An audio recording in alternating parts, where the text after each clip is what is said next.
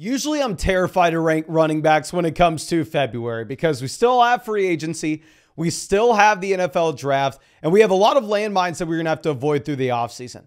This year, it'll be a little bit easier just given the fact that this is going to be an incredibly weak 2024 NFL draft class at the running back position. So I'm a little more excited about these veterans and their options. But starting off tier one, obviously these guys are keeping their jobs. We're going to be going with the 101, the 102, then Gibbs and Bijan Robinson. Now, of course, yes, we are going to be ranking rookie picks. These are going to be for super flex drafts. If you're playing in a one quarterback draft, the rookie picks will be worth considerably less in comparison to the running backs. But obviously in super flex, you have the big three quarterbacks at the top, Caleb Williams, Jaden Daniels, and Drake May pushing down other talents down the board. But getting back to the running backs that we have here, with Jahmyr Gibbs, I understand that he's not necessarily viewed as the consensus RB1 in Dynasty at this point, but ultimately I'm fine saying, yeah, he's Alvin Kamara. Everybody comped him to Kamara coming into the NFL, and now he has proven that not only is he going to be a phenomenal receiver at the NFL level, but most importantly, and this was what I was personally concerned with, was his usage at the goal line. He has taken over. It's not like David Montgomery's the only running back they're going to inside the 5-yard line. Going into year two, you shouldn't really expect Gibbs to take a step backwards with this role. So I am going to have Jahmyr Gibbs as our running back one. We will have Bijan Robinson as our running back two. Like I said, this is not consensus. However, because if you do go over to flogfantasy.com, you're going to see that you actually have, I believe, Bijan Robinson ranked as the #1 guy when it comes to the overall expert ranks. But now jumping into our next tier, we are going to go Breece Hall at 3. Now, what's interesting is if you pull up Underdog drafts right now, Underdog just dropped the little board and big board best ball drafts. These are massive tournament contests. $10 buy-in, $2 million prize pool for the big board. Obviously, best ball, no time commitment at all during the year, so you can actually get into some real money drafts right now. You have Breece Hall going as the running back 2 in just 2024 drafts, only behind Christian McCaffrey. Now, keep in mind, obviously, this is a spot where Breece Hall is a year older than Bijan Robinson as well as Jahmyr Gibbs. And while Breece Hall may project out to be in a very good offense this next season, if Aaron Rodgers is back and healthy, which we should expect that he is, ultimately, I still think that you're in a situation where you don't necessarily know the long term of this New York Jets offense, where beyond 2024, I don't want to project out Aaron Rodgers when he's 42, 43 years old. So while maybe you want to take Breece Hall in like an underdog best ball draft over Gibbs and Bijan Robinson, I'm still going to be going with the running backs that are a year younger, where I'm more confident about their long-term projection in Dynasty. Now, the rest of this tier will be filled out with the rookie pick 3, 4, and 5. Now, yes, you'll notice that there are a ton of rookie picks at the very top. Like I said, this is going to be in super flex leagues. If it's a one quarterback format, the rookie picks will be worth considerably less. But keep in mind, with these rookie picks, you're going to be looking at some order of Caleb Williams, Marvin Harrison Jr., Drake May, Jaden Daniels, as well as Malik Neighbors. So all 5 of those players, I would prefer over our next few running backs. Christian McCaffrey will be our guy here at 9.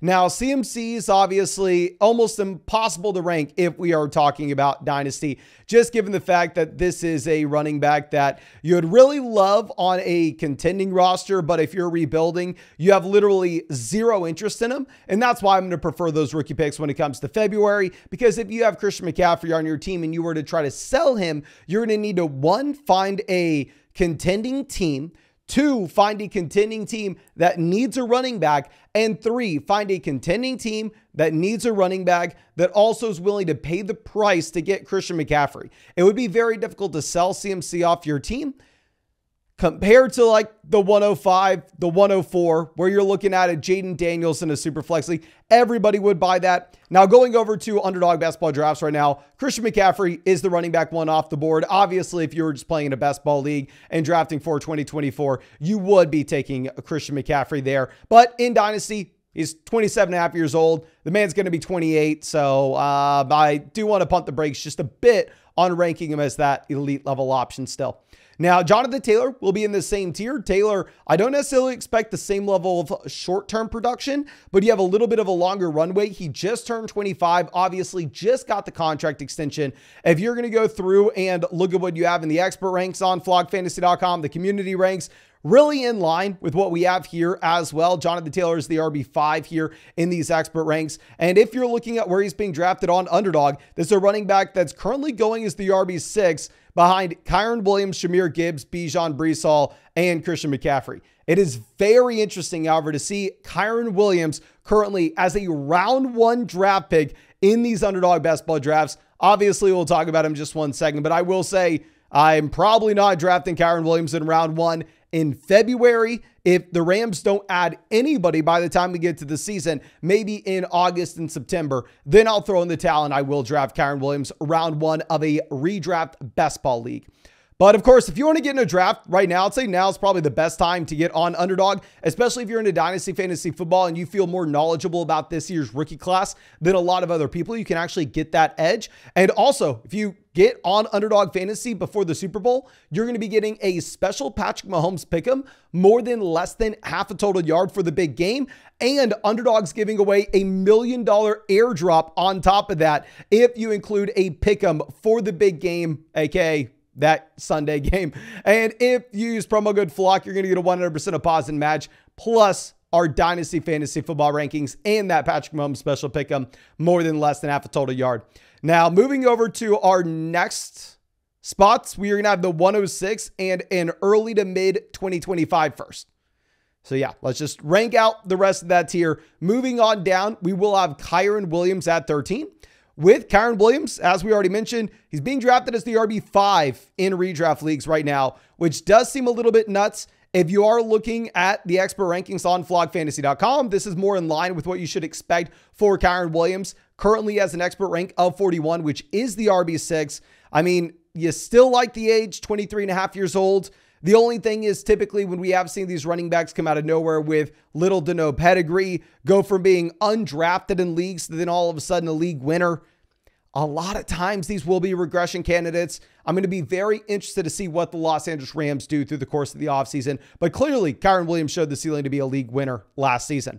Now, our next guy will be Travis Etienne.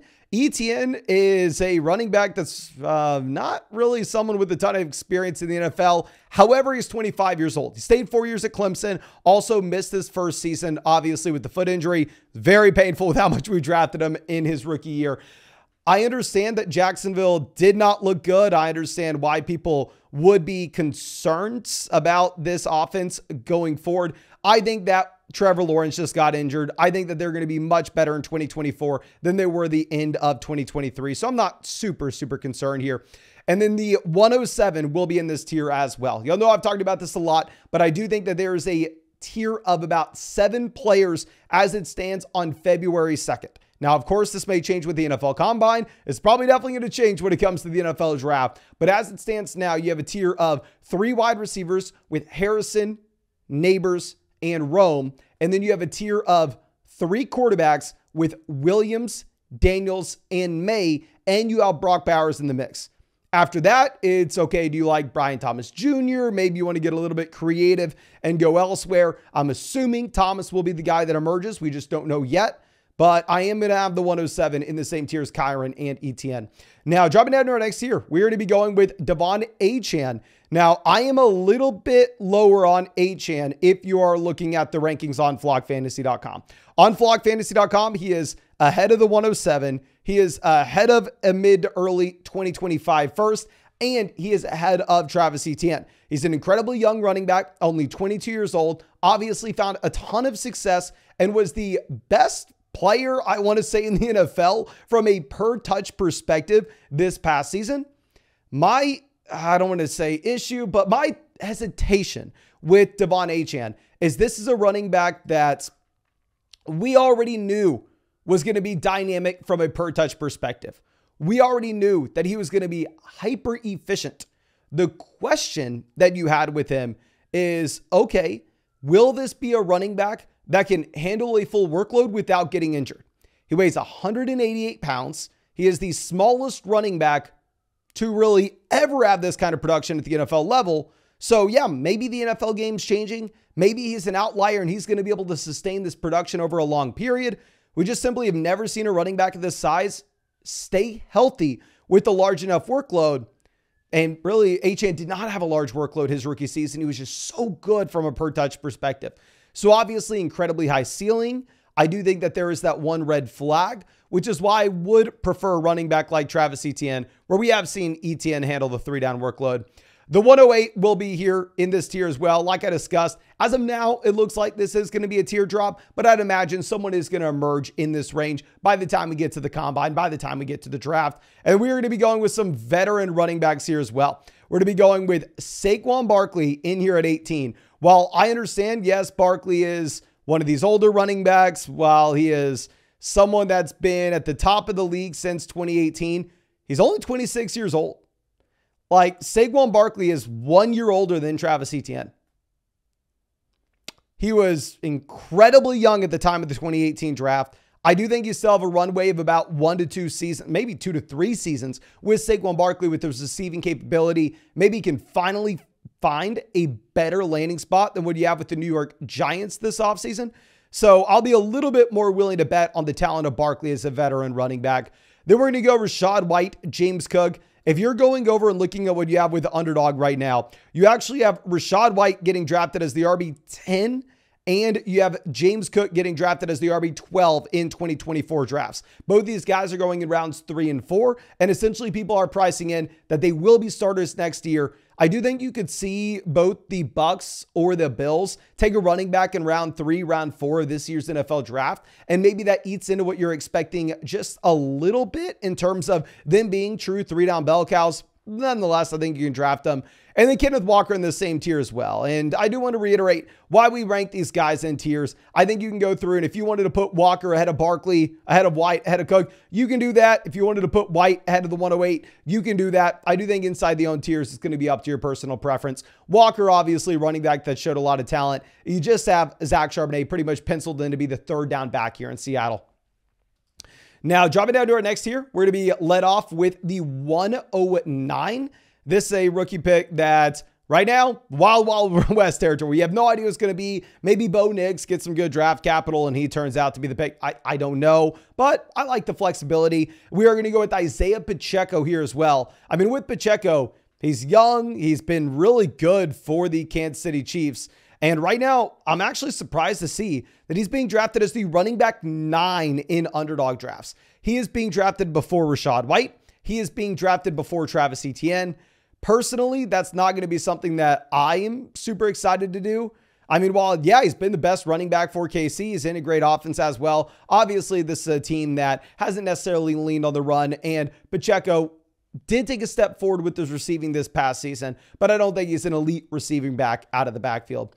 We're going to go with the 110 in this tier and then a 2025 mid to late first as well.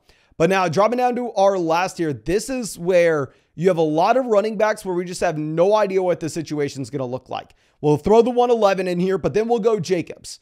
I mean, with Jacobs, maybe you say that he's a similar spot to Saquon Barkley, where you're hoping that he finds himself a different landing spot. You're hoping that he finds himself in a good offense this next season. And he's actually incredibly young. Like, let me pull up flockfantasy.com to see that he's only 25 years old. He's younger than Travis Etienne, which is crazy to see, but he does have a lot of wear and tear. This is a running back that at the same time isn't a great receiving down back.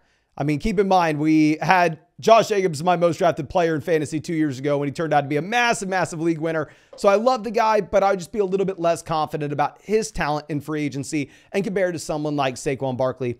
We're going to go Tony Pollard here, 28. Honestly, Pollard may be too high. I mean, if you're looking at the flogfantasy.com expert rankings right now, Tony Pollard is down at 87. He's down as the RB17 behind a couple of these other guys that we're about to talk about. I mean, what's surprising with Pollard is he's going to be 27th this year, right? I mean, it took him so long to get a shot in Dallas. He failed with it. And now you just have no idea if he's going to get another shot. You have the 112 here. Then we're going to go DeAndre Swift at 30 with Swift.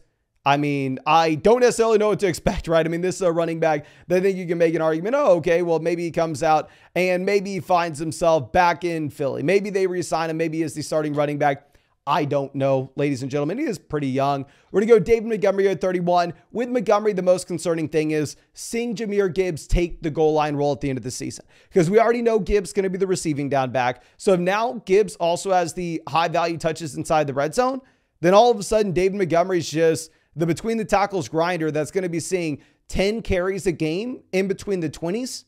So cool. Even if you're averaging 5 yards per carry, if you're walking away with 10 carries per game, getting 50 rushing yards per game and not much touchdown upside because Gibbs is the goal line back now, it is hard to imagine that Montgomery's the same player that he was this past season. Now, obviously, you still have to value him, though, because he will have a week-to-week role. And if Jahmyr Gibbs were to go down, then all of a sudden Montgomery does turn into a league winner. After this, we are going to be going with Tyjae Spears. Now, with Spears, I understand, yeah, he looked pretty damn good in comparison to Derrick Henry this past year. Derrick Henry is going to be out of Tennessee. I know on paper, everybody always wants to just go through and say, oh, Derrick Henry gone, Tyjae Spears now the starter. Tyjae Spears now sees 20 touches a game. That's the common thought process for most people when they first start playing Dynasty Fantasy Football, right? Is like, okay, this running back that kind of showed as a rookie, when the veteran leaves in front of him, he's going to be the starter. He's going to get the job and he's going to get it done. Or very rarely does that actually happen. More times than not, the team will move on from Derrick Henry. The front office there will go, okay, well, cool. We need to go address the running back position. We drafted Tyjae Spears to be a complimentary player. He is still a complimentary player in our eyes. Let's go take another running back and still going to be a committee. So I completely understand you wanting to go down there and scream at me that Tyjae Spears needs to be much higher than this. Yes, Derrick Henry is most likely not a Tennessee Titan this next season.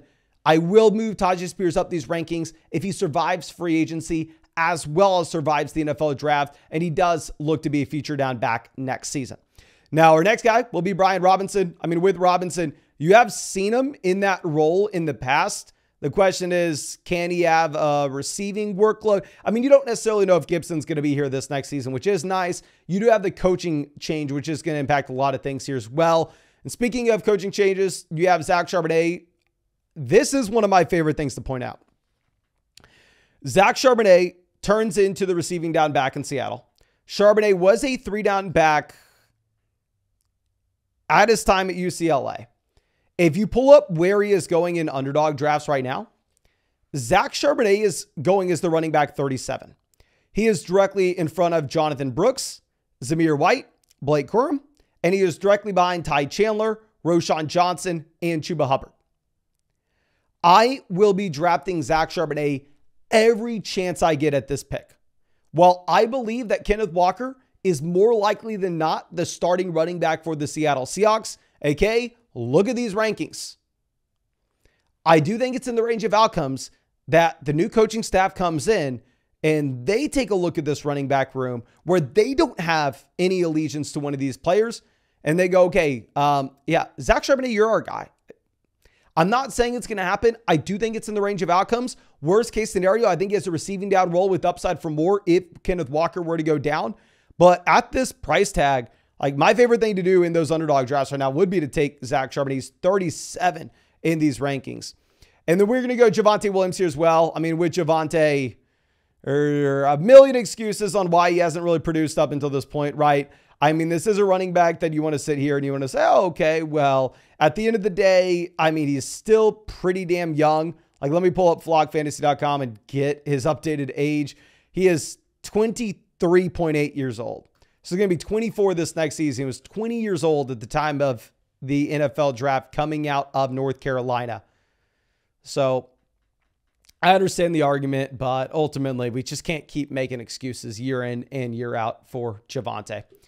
But I think that's all I have for you with this video. Of course, if you ever want to check out all my Dynasty rankings or community Dynasty Fantasy Football rankings, the community rankings are free on flockfantasy.com. You can check them out whenever you want. And if you want to get in a draft with us, or if you want to go take advantage of the Patrick Mahomes special pick'em, more than less than half a total yard for the big game, and also $1 million airdrop if you include a pick'em in said game, that's all on Underdog Fantasy. We're going to be drafting there all offseason if you want to draft with us as well. Promo code FLOCK is going to get a 100% deposit match, plus our Dynasty Fantasy Football rankings and that Patrick Mahomes special pick'em.